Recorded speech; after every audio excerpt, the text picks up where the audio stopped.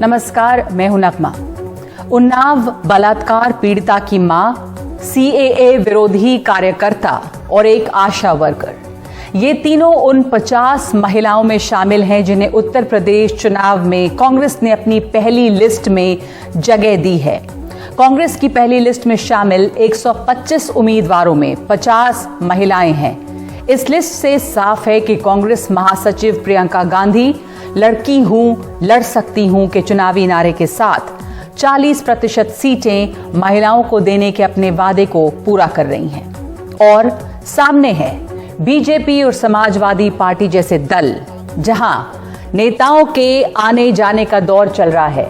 योगी मंत्रिमंडल से 3 मंत्रियों समेत 10 विधायकों ने अब तक इस्तीफा दे दिया है। पिछड़े, दलित, युवाओं की बेरोजगारी, ये सभी दर्द अभी इन ओबीसी नेताओं को सताने लगे हैं। कैसे बीजेपी ने इनकी उपेक्षा की है, ये बातें ये बताने लगे हैं। इस्तीफे की शुरुआत करने वाले मौर्य, स्वामी प्रसाद मौर्य, खुद को वो नेवला बता रहे हैं जो नाग रूपी आरएसएस को खत्म करेगा। किस जाति के कितने वोट हैं, कमंडल चलेगा या मंडल हावी होगा, और सांप नेवले के इस खेल के दौर में कांग्रेस अलग खड़ी है, खामोशी से। चुनावी सर्वे में वो भले पीछे है, चुनाव में उनकी जीत की संभावना को लेकर कोई चर्चा नहीं हो रही है। बावजूद इसके प्रियंका गांधी के नेतृत्व में कांग्रेस ने यूपी में एक नई राजनीति की लकीर जरूर खींची है। एक नए अध्याय की शुरुआत की है उस महिला को टिकट देकर जिसकी बेटी बलात्कार पीड़ित है, उसी सीट बंगारमऊ से, जहां से आरोपी बीजेपी का विधायक रहा है कुलदीप सिंह सेंगर, जो फिलहाल जेल में है।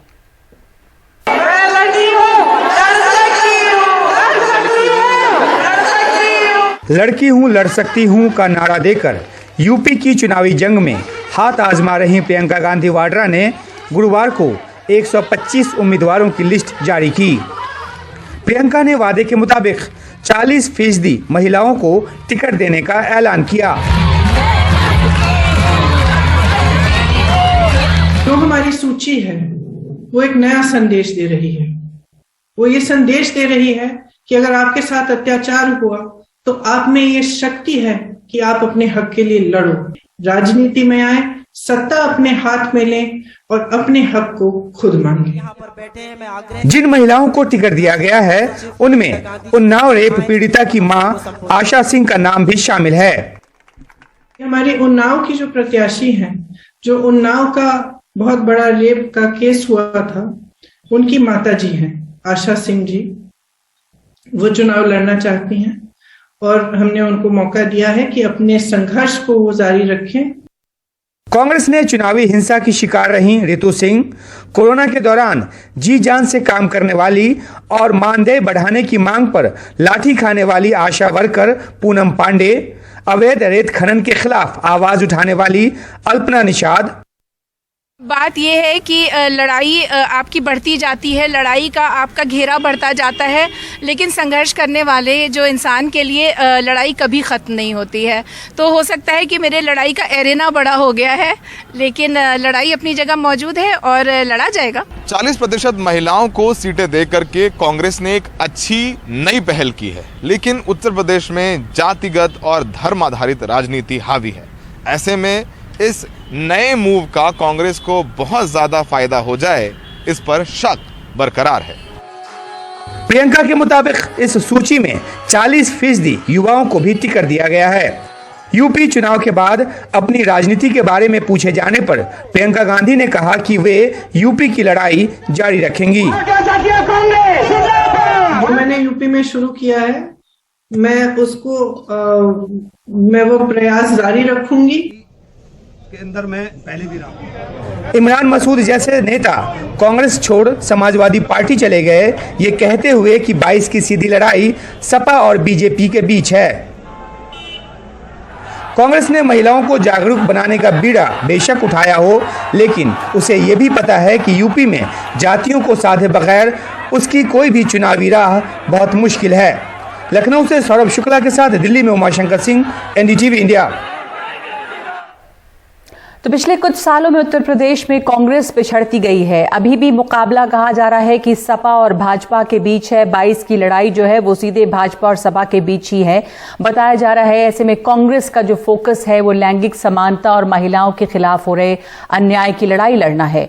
उनकी ये मुहिम उसे चुनावी जीत दिला पाएगी या नहीं, इस पर सवाल है। लेकिन यूपी और देश की राजनीति में कांग्रेस एक नया प्रयोग तो कर ही रही है, जिसका स्वागत किया जाना चाहिए। लिस्ट जारी होने के बाद कांग्रेस नेता राहुल गांधी ने इस पर ट्वीट किया है और राहुल गांधी ने ट्वीट करके ये कहा है कि उन्नाव में जिनकी बेटी के साथ भाजपा ने अन्याय किया, अब वो न्याय का चेहरा बनेंगी, लड़ेंगी, जीतेंगी। तो कांग्रेस के इस नए प्रयोग पर बात करने के लिए हमारे साथ खास मेहमान जुड़ रही हैं और ये 4 मेहमान जो जुड़ रही हैं उनमें से आपको हम बता दें कि हमारे साथ कांग्रेस ने इन्हें पहली लिस्ट में टिकट दिया है। हमारे साथ कुछ ही देर में होंगी आशा सिंह जो उन्नाव रेप पीड़िता की मां हैं, जिन्हें कांग्रेस ने उन्नाव से टिकट दिया।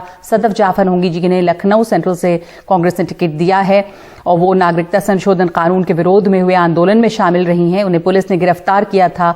उनका आरोप है कि पुलिस ने उन्हें काफी मारा पीटा भी। और अभी हमारे साथ जुड़ी हुई हैं हमारे मेहमान पंखुड़ी पाठक, जिन्हें कांग्रेस ने नोएडा से टिकट दिया है, ममता चौधरी जो मोहनलालगंज सीट से जिन्हें टिकट मिला है, और हमारे साथ हैं लखनऊ से हमारे रेजिडेंट एडिटर कमाल खान। इन तीनों से हम इस चर्चा की शुरुआत करेंगे। पहले तो बहुत बहुत मुबारक हो आप दोनों को कि आप लोगों को टिकट मिला, पंखुड़ी और ममता। और पंखुड़ी मैं आपसे शुरुआत करना चाहती हूँ। फोकस प्रियंका गांधी का जो रहा महिलाओं को टिकट देने पर, जिन्होंने वादा किया है उस वादे को पूरा करती हुई दिख रही हैं। यूथ पे फोकस है। आप वैसे पॉलिटिकल पार्टी से पहले भी जुड़ी रही हैं और अब आप कांग्रेस के साथ हैं।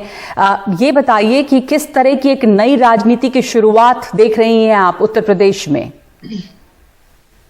देखिए, हम लोग हमेशा ये सुनते थे कि राजनीति में बदलाव की जरूरत है। राजनीति में ये जरूरत है कि सामान्य लोग जो हैं वो राजनीति में आ सके, उनको भी एक जगह मिल सके।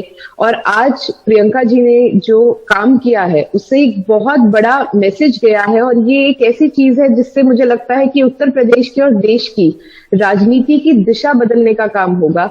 एक जो राजनीति में हम देखते हैं कि अपराधियों को बड़ा आसानी से टिकट मिल जाता है कि अगर कोई माफिया होगा, कोई क्रिमिनल होगा, कोई दंगाई होगा तो हर पार्टी तैयार रहती है उसे टिकट देने के लिए। लेकिन हमने कभी ये नहीं देखा कि अगर कोई पीड़ित है, अगर कोई सताया हुआ है, अगर किसी ने अपनी खुद की लड़ाई लड़ी है किसी बहुत ताकतवर व्यक्ति के खिलाफ, उसको किसी पार्टी ने टिकट दिया हो। तो मुझे लगता है कि बहुत बड़ा संदेश एक प्रियंका जी ने दिया है महिलाओं के सशक्तिकरण का, युवाओं के सशक्तिकरण का। वैसे एक तरह से ये इतिहास बन रहा है कि महिलाओं को इतना टिकट दिया जा रहा है। और जो चुनाव में टिकट मिलते हैं, पंखुड़ी जी आप तो जान रही हैं कि कैसे जाति के आधार पे, विनेबिलिटी के आधार पे, पैसों के आधार पे कौन चुनाव जीत सकता है।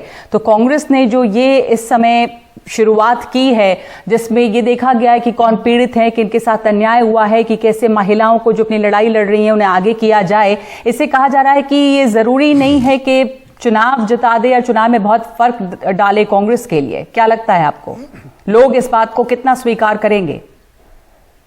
देखिए, ये सवाल पहले भी प्रियंका जी से पूछा गया था जिस समय उन्होंने ये घोषणा करी थी कि वो 40% महिलाओं को टिकट देगी। तब उन्होंने ये बात कही थी कि मुझे इससे फर्क नहीं पड़ता अगर मेरी महिलाएं हार जाएं, लेकिन आने वाले समय में वो जरूर जीतेंगी और मजबूत महिलाएं हर विधानसभा में और कई सारी महिलाएं पूरे प्रदेश में खड़ी होंगी जो लड़ेंगी और जो महिलाओं की बात करेंगी।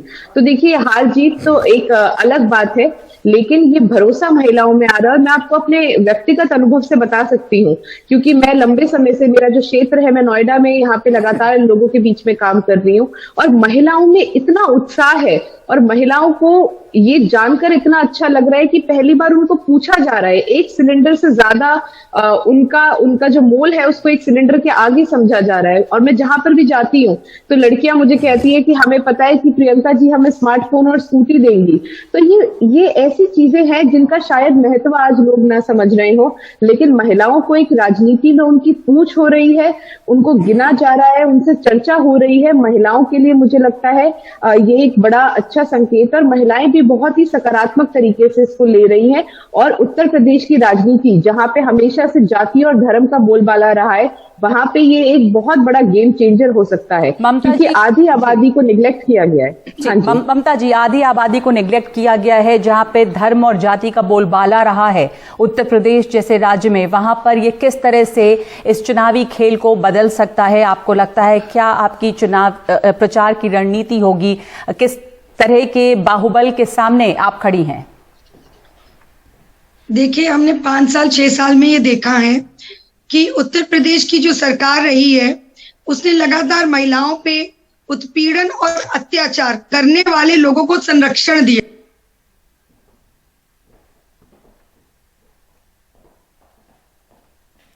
ममता, आपकी आवाज नहीं आ रही है शायद। हाँ ठीक, अब आ रही है, बोलिए। ऐसे अपराधियों को संरक्षण देने का काम किया है। महिलाओं के लिए कोई भी सम्मानजनक तरीके से ना कोई कार्य किया गया, ना कोई योजनाएं दी गई, ना ही उनकी सुरक्षा की गई। जो ऐतिहासिक फैसला प्रियंका जी ने 40% महिलाओं को टिकट वितरण किया है, जो पहली प्रतिज्ञा उन्होंने अपनी पूर्ण की है, उससे आधी आबादी की महिलाओं को ये विश्वास हो गया है कि हमारी उम्मीद की किरण यदि कोई है तो वह प्रियंका गांधी जी हैं। और इस चुनाव में 2022 के चुनाव में ये आपको खुद दिख जाएगा कि ये आधी आबादी पूरी तरीके से कांग्रेस पार्टी के साथ, प्रियंका जी के साथ खड़ी आपको दिखेगी। जी बिल्कुल, उम्मीद करते हैं कि एक तरह से जो चुनाव का जिस तरह का रंग रूप रहता है उससे कुछ बदले जरूर। और इस वक्त हमारे साथ जुड़ गई हैं आशा सिंह, जो उन्नाव से हैं। उन्हें उन्नाव से टिकट दिया गया है और ये एक बहुत बड़ी खबर है और बहुत अच्छी खबर है। पहले तो आशा जी, आपको बहुत बहुत मुबारकबाद कि आपको टिकट मिला है चुनाव लड़ने के लिए। मैं आपसे पूछना चाहती हूँ कि आपको किस तरह जानकारी मिली और आपने चुनाव लड़ने का इरादा कब किया?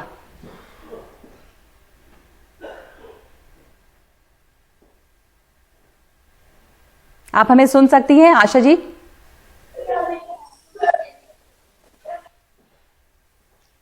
हाँ, मैं सुन रही हूँ जी। है जी, आपको मुबारक हो, टिकट मिल रहा है आपको। आपको किसने बताया आपको टिकट मिला और आप चुनाव लड़ना चाहती थी? आपके लिए धन्यवाद, मीडिया वाले के लिए धन्यवाद, आप को धन्यवाद। प्रियंका ने मेरा साथ दिया, धन्यवाद। मेहनत की धन्यवाद।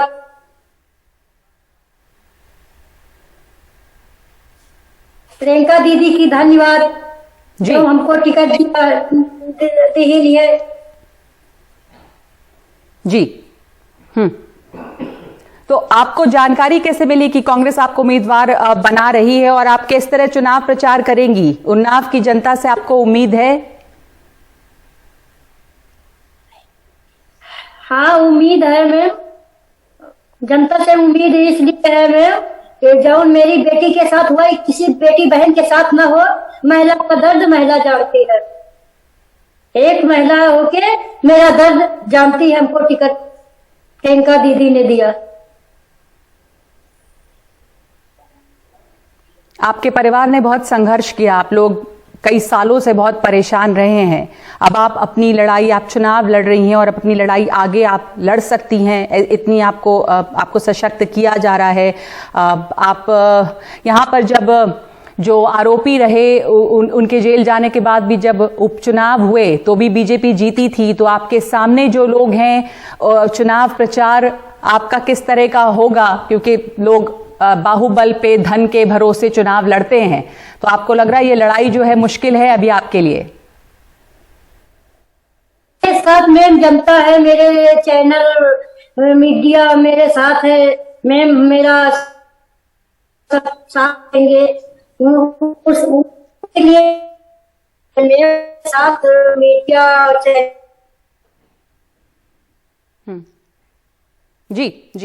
जी, अब आपसे मैं फिर बात करूंगी। आपका वीडियो फ्रीज हो रहा है बहुत। ये हिम्मत और हौसले की लड़ाई आपके लिए होगी और जो टिकट मिला है आशा जी को, वो जरूर बहुत सारे लोगों में, बहुत सारी महिलाओं में और पीड़ितों में ये उम्मीद जरूर जगाता है कि उन्हें किस तरह मौका मिल सकता है। हमारे साथ सदफ जाफर भी जुड़ गई हैं, जिन्हें लखनऊ सेंट्रल से कांग्रेस ने टिकट दिया है। सदफ जाफर ने CAA यानी कि नागरिकता संशोधन कानून के विरोध में हुए आंदोलन में हिस्सा लिया, उसमें वो शामिल रहीं और उसके बाद उनकी गिरफ्तारी हुई। और सदफ ने उस समय काफी मारपीट भी झेली, जैसा उन्होंने बताया है अक्सर। सदफ, बहुत मुबारक हो आपको कि आपको टिकट मिला है। आपने भी एक बड़ी सख्त लड़ाई लड़ी है और सीएए के दौरान तो आप जेल गई और वहां पर हिंसा भी हुई आपके साथ। अभी तो लड़ाई एक तरह से कहें तो शुरुआत हुई है फिर से एक नई लड़ाई की। हाँ बिल्कुल नगमा, बहुत शुक्रिया इस मुबारकबाद का। हाँ, ये है कि संघर्ष किया है, संघर्ष का दायरा बड़ा हो गया है। कहते हैं कि जिम्मेदारियां जो हैं वो कंधे देख के दी जाती हैं। मेरे साथ जो मेरे साथी जुड़ी हुई हैं, चाहे वो ममता हो, चाहे पंखुड़ी हो, चाहे आशा जी हो, और वो तमाम महिलाएं, हम सबने अपने अपने क्षेत्र में बहुत संघर्ष करके अपने लिए ये जगह बनाई है। और इस जगह को प्रियंका जी ने अप्रिसिएट किया। इस मकाम तक पहुंचने में हम लोगों की बहुत हैंड होल्डिंग करी, और आज हमें ये मौका दिया है कि हम अपने आप को ही नहीं सशक्त करें, बल्कि अपने साथ और कई औरतों को भी ये हिम्मत दी है कि उन्हें भी हम मजबूत करेंगी। तो इस बात को लेके जो है वो ये ना सिर्फ एक क्रूर सरकार के ऊपर एक मुंह तोड़ तमाचा है, बल्कि साथ ही साथ ये जो मिसोजिनिस्ट सरकार है, जो इतनी एंटी वुमन है, जो कभी नए नए पैतरों से हमें हताश करने की कोशिश करती है, कभी हमारी होर्डिंग लगा देती है, कभी हमें ट्रोल करती है, तो इस सरकार के मुंह पर भी एक बहुत बड़ा तमाचा है कि देखिए किस तरीके से औरतें न सिर्फ लड़ती हैं, बल्कि उनको अपने संघर्ष को किस मकाम तक ले जा सकती हैं। तो ये दायरा बड़ा करने के लिए मैं बहुत ही ज्यादा शुक्रगुजार। आपने कहा ये मिसोजिनिस्ट सरकार है, महिला विरोधी है, क्या आप ऐसा क्यों कह रही हैं? ये आरोप जो लगा रही हैं, क्या किया इस सरकार ने? और सीएए के दौरान जब आप विरोध प्रदर्शन कर रही थी तो आपको गिरफ्तार भी किया गया और उसके बाद जेल में भी कई तरह की प्रताड़ना झेली आपने, और उस समय की लड़ाई भी बड़ी मुश्किल रही आपके लिए।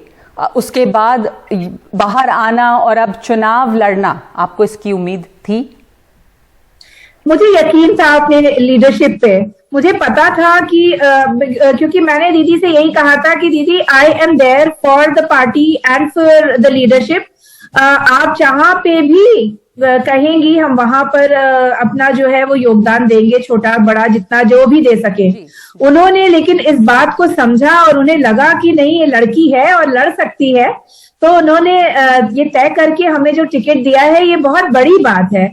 और मुझे यकीन है कि हम सारी महिलाएं जो हैं ना सिर्फ लड़ेंगे, बल्कि हम अपनी पार्टी का, उसने जो हमें विश्वास दिलाया है, उसका मान भी रखेंगे। प्रताड़ना झेलना देखिए एक अलग बात थी, लेकिन हम सब क्या ममता का जो संघर्ष है वो कम है? वो 3 बार की पार्षद है। पंखुड़ी का संघर्ष कम नहीं है। आशा जी ने जो संघर्ष किया है उसको कैसे कम आंक ले? कैसे कम आके उस हाथरस की बहादुर महिला का जो लड़ती रही और इतनी बहादुरी से लड़ती रही। तो हम सब अपने अपने दायरे में संघर्षशील महिलाएं हैं जी, और उसको सराह कर जो प्रियंका जी ने काम किया है, उन्होंने वॉक द टॉक जिसे कहते हैं वो किया है। अब तक हम बेटी बचाओ बेटी पढ़ाओ का सिर्फ प्रचार देख रहे थे, जबकि रात के अंधेरे में जो है हमारे यहाँ लड़कियों को पेट्रोल डाल के फूंक दिया जाता था। प्रियंका जी ने जब कहा कि 40% रिप्रेजेंटेशन देंगे तो उन्होंने बढ़ चढ़ के रिप्रेजेंटेशन दिया। मैं वापस आऊंगी आपके पास, सदफ और पंखुड़ी और ममता, आप तीनों के पास में आशा जी भी हमारे साथ हैं। हमारे साथ कमाल जुड़े हुए हैं, और कमाल ने लंबे समय से उत्तर प्रदेश की राजनीति को देखी है, उसकी बारीकियों को वो समझते हैं। कमाल, ये एक नए अध्याय की शुरुआत कह सकते हैं। लड़कियों को, महिलाओं को इतने बड़े पैमाने पर टिकट देना, अब ये चुनाव में हार जीत पर क्या असर डालेगा वो एक अलग सवाल है, पर संकेत इसका जो है वो कितना महत्वपूर्ण है, और किस तरह आप देख रहे हैं कि राजनीति को बदल रहा है? देखिए, ऐसा है, ये एक बेइंतहा, या कहना चाहिए कि सबसे बेहतरीन मुद्दा है, लेकिन इसके साथ ये भी जोड़ेंगे कि ये सबसे मुश्किल मुद्दा है। जाति के नाम पे, धर्म के नाम पे, क्षेत्र के नाम पे, कर्मकांड के नाम पे वोट लेना बेइंतहा आसान है, इस मुद्दे पे वोट लेना बेइंतहा मुश्किल है। ये सबसे बेहतरीन और सबसे मुश्किल मुद्दा है, क्योंकि ये जो मिसोजिनी है, जो पेट्रियार्की है, जो एक फ्यूडलिज्म का भी पार्ट है, ये किसी राजनीति से नहीं, ये समाज से आती है। और शायद ये पेट्रियार्की जो है ये फादरहुड के कॉन्सेप्ट के साथ समाज में आई, या जो मार्क्सिस्ट मानते हैं कि जो प्राइवेट प्रॉपर्टी का जो कॉन्सेप्ट आया उसके साथ ये पैदा हुई। लेकिन आपको एक छोटी सी एक दो मिसाल दें जिससे आपको लगेगा कि इसकी जड़ें कितनी गहरी हैं। गांव में अभी भी महिलाएं जो हैं वो अपने मर्दों के कहने पे वोट देती हैं, या जाति के कहने पे, या प्रधान जी के कहने पे, जो मर्द वहां डोमिनेट करते हैं। कुछ समय पहले जब अखिलेश यादव की सरकार थी, भारतीय जनता महिला मोर्चा के लोग विधानसभा में प्रदर्शन कर रहे थे। वहां वाटर कैनन चलने लगी, हम लोग एक फुटपाथ पे खड़े थे, उनकी एक नेता हमारे पास आई भाग करके शेड में खड़े होने के लिए। हमने उनसे पूछा आप क्या करने जा रही थी जो आपके ऊपर वाटर कैनन चलाई जा रही है? उन्होंने कहा हम अखिलेश यादव को चूड़ियां भेंट करने के लिए जा रहे थे। तो हमने कहा और ये हमें रोक रहे हैं। तो हमने कहा आप मुख्यमंत्री को चूड़ियां क्यों भेंट करना चाहती हैं? उन्होंने कहा क्योंकि वो नाकारा है इसलिए हम चूड़ियां भेंट करना चाहते हैं। हमने उनसे कहा कि क्या जो लोग चूड़ियां पहनते हैं वो नाकारा होते हैं? तो वो अचानक मतलब चौंक गई, उनको समझ में नहीं आया कि इसका क्या जवाब दें। तो ये जो पेट्रियार्की है ये मर्दों का विरसा नहीं है, ये उतना ही औरतों का भी है। इसकी जड़ें बहुत गहरी हैं। हमने लखनऊ में एक बहुत बड़े अखबार के चीफ एडिटर को उनकी एक रिपोर्टर से नाराज होने के बाद ये कहते हुए न्यूज रूम में सुना कि औरत जात होकर के ऐसी बात करती है। वो अखबार हिंदुस्तान का सबसे बड़ा अखबार होने का दावा करता है, उसका चीफ एडिटर कहता है कि ये औरत जात होकर ऐसी बात करती है। वो ये नहीं कह रहे हैं कि ये हमारी रिपोर्टर है या हमारी मातहत है या वो जबान लड़ा रही है या मैं उसका बॉस हूं वो मुझसे कह रही है। हमारे घर में आज भी जो महिला हमें खाना बनाती हैं उन्हें हम चाची कहते हैं। जब हम खाने की मेज पे बैठते हैं तो जब वो रोटी सेक के लाती हैं तो वो रोटी सबसे पहले हमारी प्लेट में डालती हैं, हमारी वाइफ की प्लेट में नहीं डालती हैं, क्योंकि उन्होंने अपने घर में हमेशा मर्दों के बाद खाना खाया है जी। तो ये नैरेटिव को बनाना जो है जितना बेहतरीन है उतना ही ये मुश्किल काम है, लेकिन ये एक बेहतरीन शुरुआत है और एक बहुत बड़ा रिस्क है। जी बिल्कुल सही कहा आपने कि ये जो पितृ सत्ता है वो इतनी ज्यादा हावी है, जो पेट्रियार्की है वो इतनी ज्यादा हावी है दिलो दिमाग पर कि उसको बदलना औरतों के जहन पे भी वो बेइंतहा हावी है, और ऐसे में ये लड़ाई और भी मुश्किल होती है। बहरहाल एक बेहतरीन मुद्दा उठाया है यहाँ पे कांग्रेस पार्टी ने, और इसके लिए उसकी तारीफ जरूर करनी होगी। चुनावी हार जीत को किनारे रखते हुए कि कितना ये फायदा पहुंचाएगा, पर इस वक्त कमाल जो चुनाव हो रहे हैं बीजेपी और समाजवादी पार्टी में अगर आप देखें तो आने जाने का सिलसिला बना हुआ है, और अन्य पिछड़ी जाति ओबीसी के वोट किधर जा रहे हैं, अपनी तरफ खींचना चाह रहे हैं उन्हें अखिलेश। बीजेपी से इस्तीफों का सिलसिला जो है वो चल रहा है। क्या मंडल हावी हो गया है कमंडल पर, ऐसे मुद्दे हैं, और इसमें कांग्रेस अलग थलग खड़ी एक और कहानी लिख रही है। तो ये जाहिर है कि उसके लिए इस चुनाव में ये मुश्किल जरूर है जैसा आप कह रहे हैं, और इस सहारे ये जो लैंगिक समानता है उसको लेकर जो वो आगे बढ़ रही हैं, तो उत्तर प्रदेश की राजनीति में क्या इससे हम किसी तरह के एक बदलाव की, एक नैरेटिव बदलने की कम से कम उम्मीद तो जरूर कर सकते हैं? नहीं देखिए, है क्या कि जब तक शुरुआत नहीं करेंगे तब तक मतलब कोई भी काम में कामयाबी हासिल नहीं हो सकती है जी। बहुत बड़ा रिस्क है, लेकिन एक ऐसे समाज में जहां पे हिंदुत्व के नाम पे वोट जोड़ने की कोशिश हो रही हो, तमाम जातियों के नाम पे वोट जोड़ने की कोशिश हो रही हो, वहां बिल्कुल ऐसे है जैसे जीसस क्राइस्ट के नाम पे आप वोट मांगना शुरू कर दे उत्तर प्रदेश में। लेकिन ये एक बेहतरीन कोशिश है, उसे सराहा जाना चाहिए। उन्होंने एक लंबी लकीर खींची है, वो मुश्किल है लेकिन मुद्दा बेहतरीन है। बिल्कुल बिल्कुल।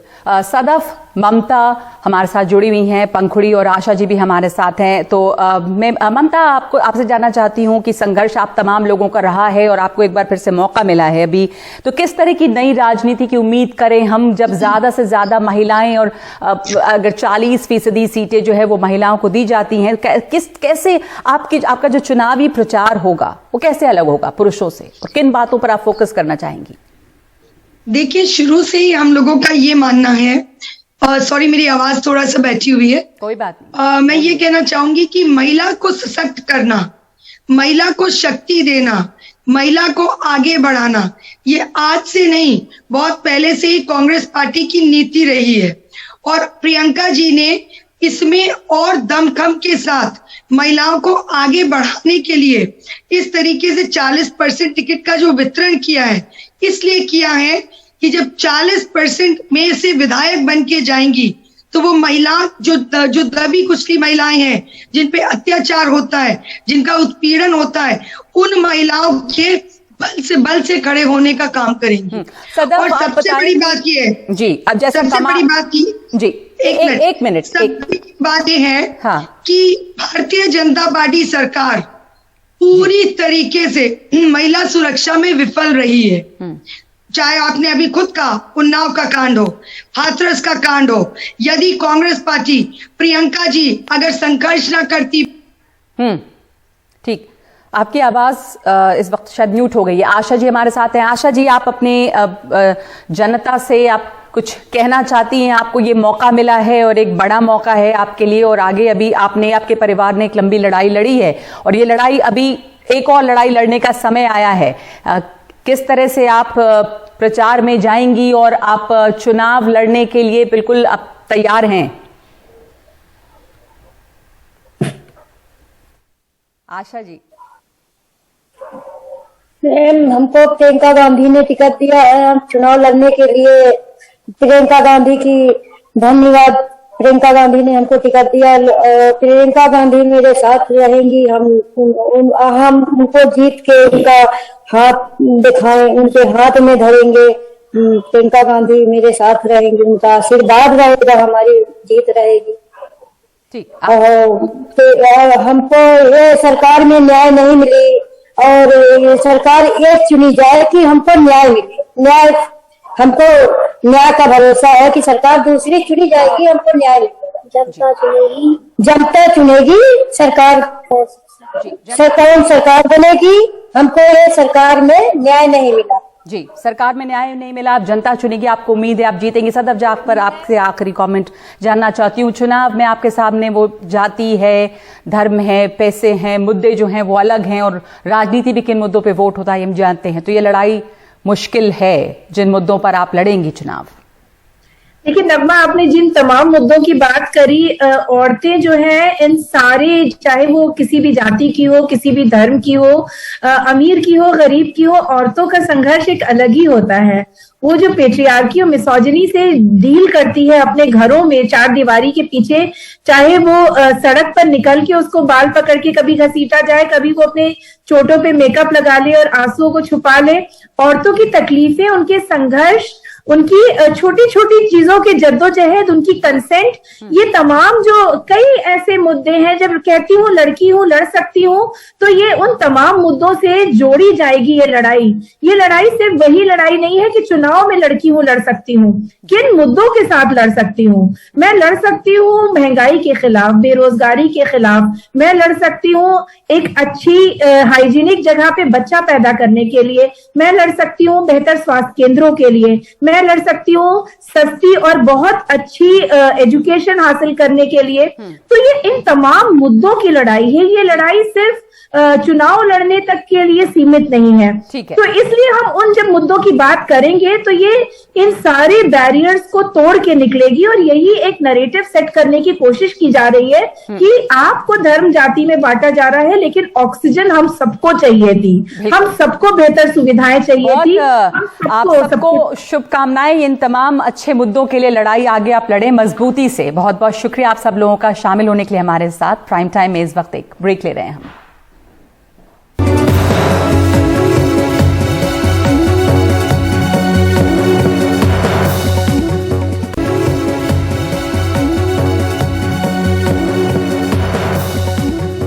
और अब हम बात कर रहे हैं भारत की सीमा के करीब चीन के बुनियादी ढांचे के निर्माण की। एनडीटीवी को मिली सैटेलाइट की हाई रेजोल्यूशन तस्वीरों से यह बात साफ हो रही है कि चीन भूटान की सीमा में कम से कम 2 गांव बना रहा है, भूटान की सीमा के अंदर, और ये दोनों गांव आपस में सड़क से जुड़े हुए हैं। हम आपको तस्वीर दिखा रहे हैं सैटेलाइट से, ये आप देख सकते हैं। इसमें ये निर्माण किया है चीन ने। यहां पर कई इमारतें दिख रही हैं और 2 बस्तियां सी बसाई हैं।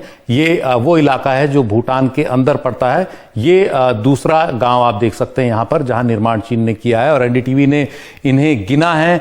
166 निर्माण यहां हुए हैं। 18 नवंबर की ये तस्वीरें हैं और इसके अलावा सड़कों का यहां काफी निर्माण दिख रहा है और खास बात यह है कि इलाका डोकलाम के पठार से करीब 30 किलोमीटर दूर है। डोकलाम वो इलाका जहां 2017 में भारत और चीन के बीच कई महीने तक गतिरोध और तनाव बना रहा था और तब भारत ने इस इलाके में चीन की सड़क निर्माण गतिविधि को रुकवा दिया था। उसके बाद से चीन ने यहां भारतीय मोर्चों को बाईपास कर दूसरे एक्सिस से सड़कों का निर्माण करवाया है और अब भूटान की सीमा के अंदर ये दो गांव बसाने की तस्वीरें सामने आई हैं।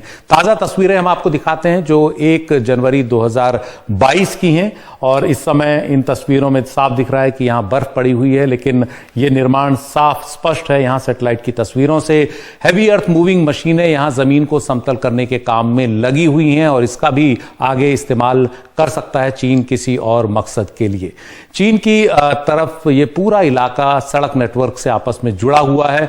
अभी यह साफ नहीं है कि जो 2 नए इलाके चीन ने बसाए हैं वहां वो सेना के जवानों को ठहराएगा या वो किसी और काम आएंगे या भूटान की जमीन पर कब्जा करने का चीन का यह तरीका है। नक्शे पर आपको दिखाते हैं भूटान को, आप देख सकते हैं डोकलाम वो इलाका जहां 2017 में भारत और चीन के बीच गतिरोध रहा था, कई महीने तक विवाद रहा था, चीन का सड़क निर्माण वहां भारत ने रुकवाया था। उसके करीब 30 किलोमीटर की दूरी पर भूटान की सीमा के अंदर चीन ने ये 2 गांव बसाए हैं। भूटान अपनी रक्षा जरूरतों के लिए भारत पर निर्भर है, इसलिए भूटान के अंदर चीन का इस तरह से निर्माण करना भारत के लिए भी एक बड़ी चिंता की बात है।